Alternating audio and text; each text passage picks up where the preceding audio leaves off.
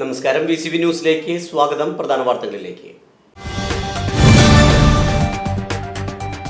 കുന്നംകുളം വടക്കാഞ്ചേരി സംസ്ഥാന പാതയിൽ വെള്ളിയാഴ്ച ബസ് കയറുന്നതിനിടെ വീണ് ഗുരുതര പരിക്കേറ്റ് ചികിത്സയിൽ കഴിഞ്ഞിരുന്ന വയോധിക മരിച്ചു. ഒന്നാംകല്ല് പുതുവീട്ടിൽ 68 വയസ്സുള്ള നബീസയാണ് ചികിത്സയിലിരിക്കെ മരണപ്പെട്ടത്. പ്രാഥമികാരോഗ്യ കേന്ദ്രങ്ങളിൽ മെച്ചപ്പെട്ട സൗകര്യവും ചികിത്സയും ഒരുക്കി ജനങ്ങൾക്ക് മികച്ച സേവനം ലഭ്യമാക്കുകയാണ് സർക്കാരിന്റെ ലക്ഷ്യമെന്ന് UR പ്രദീപ് MLA. മുള്ളൂർക്കര കുടുംബാരോഗ്യ കേന്ദ്രത്തിന്റെ കെട്ടിടവും ലാബിന്റെ പ്രവർത്തനോദ്ഘാടനവും നിർവഹിച്ച് സംസാരിക്കുകയായിരുന്നു അദ്ദേഹം.